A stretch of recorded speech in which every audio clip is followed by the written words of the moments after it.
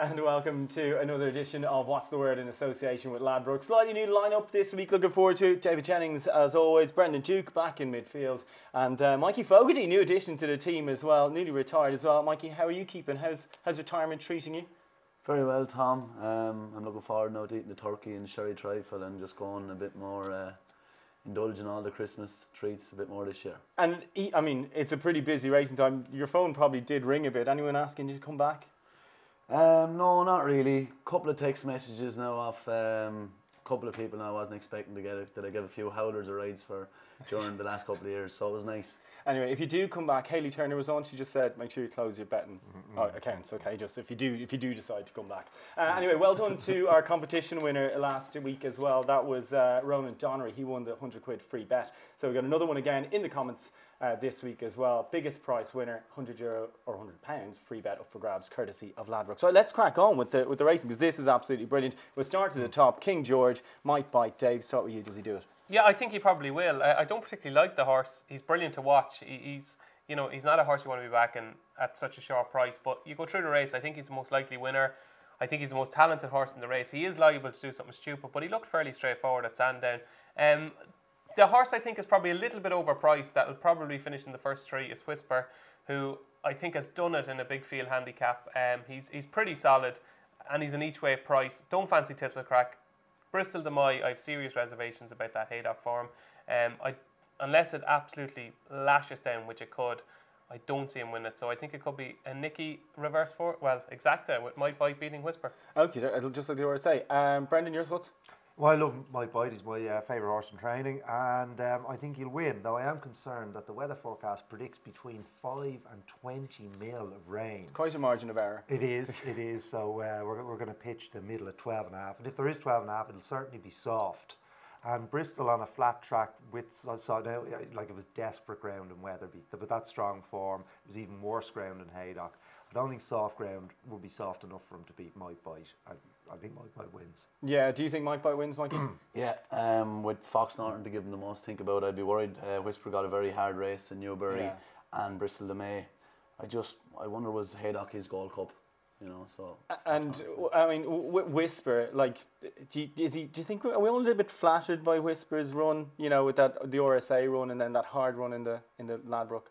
No, go back to his hurdles for me. He was top quality, staying hurdler, and he's a good jumper who's able to jump at speed in a big handicap like the Hennessy or the Ladbroke's Trophy as it's now called. And I don't think he's good enough. And Nicky Henderson has basically said, look, we've nowhere to go with this horse. He's not as good as Might Bite, but we're going to run him in the King George, and I think that's key. I think he's potentially the second best horse in the race if things go his way. So yeah, I think he'd be in the shake-up, but I think, like the lad said, I think Might Bite will win. So it's across the card for Might Bite. We're all with him. Okay, look, let's move on to the Cutter Star Novices Chase as well, or the Felton, where Might Bite slipped up last year. Really competitive renewal this year. What do you make of it? I love winning this. Yeah, oh yeah, go for really it. Really do. Ballyoptic. I don't think Cheltenham is his track. Every time he's been to Cheltenham, he's disappointed. He was beaten there last time. He just was a bit lethargic there. I think he's better going right-handed anyway. I think Kempton could be his track. If the rain comes, happy days. Sam Twiston-Davis is back aboard. I think the best piece of form here is his Exeter win, where he beat Elegant Escape. Yeah. I thought that was a really, really good performance. And it's worked out really well, and I think he'll win. Yeah, I think 5-1 is a very fair price. I see Sam Twiston-Davies in the paper today, the Race Post obviously. He did mention this horse having genuine RSA claims, so he's pretty confident. Who would you like to ride in the race, Mike, if you had the opportunity? Ballyoptic, for Twiston-Davis. I think he's the pick of the race, to be honest, so I'd be going to him. Yeah, 4-1. Brendan, are you going to oppose Ballyoptic? I am going to. Excuse me. I am going to oppose Ballyoptic. The whole race is a struggle. I mean, you basically can't rule horses out of it, and the form lines are so entwined, as David was saying. I backed West Approach in Cheltenham in the 3-runner race when he ran deplorably. He basically backed off every fence, like he got a fall at home or something. I don't know what happened, but he was much better there. He brought Robbie Power over to ride him in Exeter, and he was much better. Now, he had to make up his mind at every fence. I think this horse is a bit of a character, but he can jump. And if the rain comes, he'll relish the stamina test. He's around 8-1. I wanted to take a chance of something at a price in the race. Okie doke. Well, at Leopardstown, There's a cracker, Neil, the Racing Post Novices Chase. It's upcoming at 2:20. Willie Mullins has had, the odds-on favourite for this race last 5 years in a row. Probably going to have it again with footpad, but Death Duty might run. Death Duty looks like will run now, so how do you see the race now as opposed to being a lap of honour from footpad? It was lovely at 10:15 just to see that Death Duty was in this race. I think we all got a bit of a surprise. Gordon had said that he was going to Limerick and Tombstone was coming here. And fair play to him, let's have a crack at footpad. Visually, footpad was brilliant at Nav, and you watch it and you say it's just beautiful to watch. It's poetry in motion. But I just have my doubts about footpad. I never thought he was going to be good enough to win an Arkle. Brelade was beaten 11 lengths that day. He was clear at third. He's been hammered a couple of times since. I just have reservations about the form. Now, you have to obviously believe your eyes sometimes, and it was brilliant to watch. But Death Duty has gone and done it. Now, this trip is obviously a little bit short of his best, but he did show a good turn of foot in between the final two fences to put Rafinden to bed. That was a really good performance in the Drinmore. He won over 2 mile 2 in Punchestown, and they're not going to hang about here. There's plenty of them that like to force the issue. He jumped really well at Fairyhouse, and he's odds against. Footpad is odds on. I just think Death Duty has gone and done it. We have seen what he's done, so I'd slightly prefer Death Duty over Footpad. Again, is that a prices thing as well, or you just like the horse? I just want Footpad to go and do it again. I'd like more evidence. I don't think he's a superstar. Mikey, do you think Footpad's a potential superstar? I'd agree with Dave. No, I'd be worried in the Arkle in Cheltenham. I think he'll win on Tuesday, all right. I just think down the back in Leopardstown, you need a lot of cruising speed, and I'd be just worried for Death Duty jumping. Will he be as good going that gallop? Like, I'd imagine there'll be a lot of pace. Avenue de V is in it as well. Footpad, but Footpad just looks such a natural jumper. I think Leopardstown will play to his strengths. When you can crab the form of his beginner's chase quite readily, but is that sort of almost irrelevant? Because just to see him jump out and pop like that and pop so quickly, is that more important than the actual form of the race for you? Yeah, there was no second that day. I think he is good enough form over hurdles last year, and I just love the way he's such a natural jumper. So I'd imagine he's going to be better over fences. So that's why I think Leopardstown will play to his strengths. Jumping and travelling will suit him.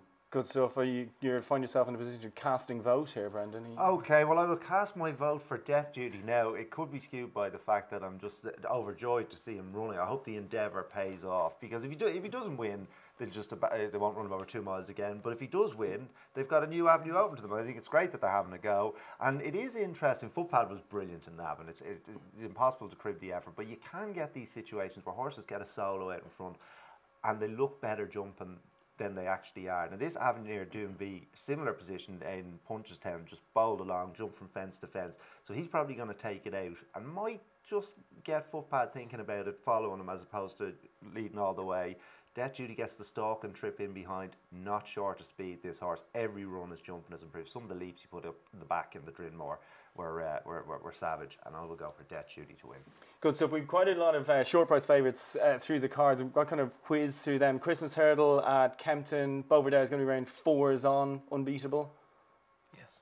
Yes, unbeatable. Yes, he's rightfully regained his place at the top of the Champion Hurdle market this week, and he won't be losing it on Tuesday. Good stuff, Mikey. There's no go past Beauvedere. If they gave him 20 lengths at the start, he'd still beat him. Good stuff. On to the Frank Knight Juvenile as well at Leopardstown, that grade 2. Espoir Delan will be long odds on. Can you see? Is there any juvenile in Ireland you think is better than him at the moment? Well, that's going to run in this race anyway.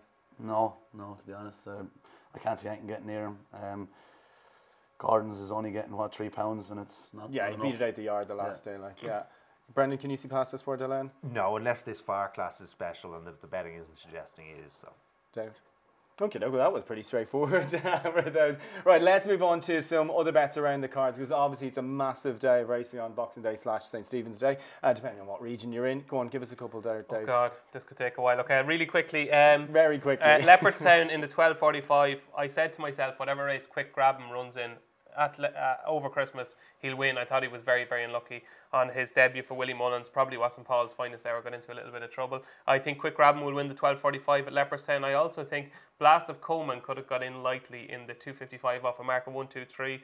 I think he's going to be a far better chaser than he was a hurdler. He's 1-1-8 over hurdles. I think he's going to be more than a £5 better chaser.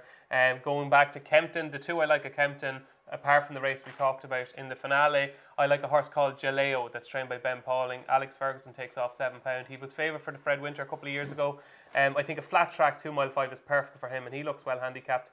Hell's Kitchen is a horse that I have serious faith in. He goes in the handicap chase, the second race, the card at Kempton. He is a proper horse that just hasn't done things properly yet. Okay. But just give him time. He's rated 1-3-7. I think Brendan Duke's going to jump in on that point. What's wrong with you? What's wrong with you? Hell's Kitchen, unfortunately, the bookies, they've probably got a down payment on it, but by the time he's finished his career, they'll have built a monument. He'll win.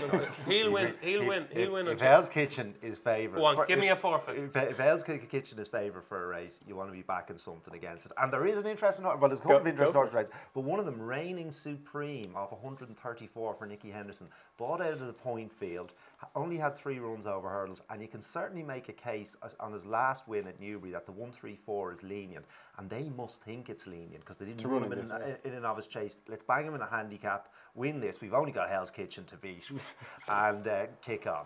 You're going to get some shock now. Oh, okay. You will get some shock. He looks like he's getting ready for the shock. You guys think of a forfeit. Mike, is there any horse in particular you're looking forward to over the course of the 26th? In your own race, a horse I know quite well, pair of brown eyes, Richie Deegan is claiming 7 off him. I actually should have won the race last year on Powers Bomb, but I knocked him at the last. You should have, so, Mikey. I think he's a couple of runs last year in those top 2 mile handicap chases. The drying ground in Leopardstown will be no harm, and I'd give him a good each way squeak now. He had a run the last 2 over hurdles, so he'll come on from that. Good stuff. Brendan, anything else apart from Reigning Supreme opposing Hell's Kitchen? I'm looking forward in the 12-10 to Boucher, and he could be around evens 5-4 because Willie has one and Gordon has one, and he's just such a lovely demeanour. He's a lot of ability as well. He's a lovely way of going. Arguably the best bumper form going. Yeah, the Cheltenham bumper gets better by the week as the season progresses, and fair play to the owners because I'd say they turned down some tasty offers, so I hope he's as good as they think he is. Good stuff. Well, of course, Ladbrokes go best odds guaranteed on all multiples in the shops between 11 and 1, so we're going to have some multiples from you as well. Don't forget, of course, the competition to the biggest prize winner in the comments, and they get a €100 or £100 free bet. So going to get your best bets for the 26th. How many are we allowed? Oh, I mean, seriously, what are you going to do? Lucky 63 or something? Just maybe keep a lid on it. Keep a lid on it. Up to a lucky 15, I suppose. We'll give 3. We'll give 3. You can go with 3. Start off with Mikey there. Start with the lads, just in case. Start off with Mikey there. The 305 in Kempton might bite. Phenom wins. The 220 in Leopardstown, Death Duty. The 120 in Kempton, Reigning Supreme. And in the 12-10 in Leopardstown, the Boucher. Very good. There's your Yankee on that, or Lucky 50? Yeah, Yankee. Yeah, he's doing a Yankee. Dave, you stepping in? I'm going to go for Ballyoptic in the Cauto Star Novices Chase at Kempton. I'm going to go for Quick Grab 'em in the 12:45 at Leopardstown. I'm going to go for Death Duty in the 2:20 at Leopardstown. And I'm also going to go for a horse I haven't mentioned so far. It's in the Roland Merrick at Weatherby. It's a horse called Alamomo for Warren Greycheck. Yeah. Warren Greytrex. And Richard Johnson rides that. So they're my... How many did I give there? 4. Yankee. Did I give 4? Yeah, you gave Yankee. Well done. Mike, you're a couple to follow for the 26th. I'm going to go for Alboom Photo on the Limerick Grade 2, isn't it? The Green Mount. I'm going to go for the footpad in the Racing Post Novice Chase, and I'm going to go Might Bite in the King George, and when the horse in the herd, what's he called? The Nickies. Don't say over there. Over there. Four is on. We're not paying you 400 quid just to tip over there. 25% on his bet. That's it. Oh, Quick Grab him, yeah, he'll win. You go Quick Grab him. Right, well, I'm going to go with Gallant John Joe in the bumper at Leopardstown at 3:30. At Limerick, Alboom Photo in there at 2:10. At Den Royal, I'm going for Gil Gambo in the 1:10. What was the first one you get there? Chase. Gallant John Joe in the bumper at Leopardstown was 4th in the Land Rover bumper last year. That'd be a big price. There you go. Yeah, that's his one big prize. Anyway, thank you so much for watching, for listening. Join us again in the new year. Happy Christmas to you all, and thanks for watching our latest edition of What's the Word with Ladbrokes.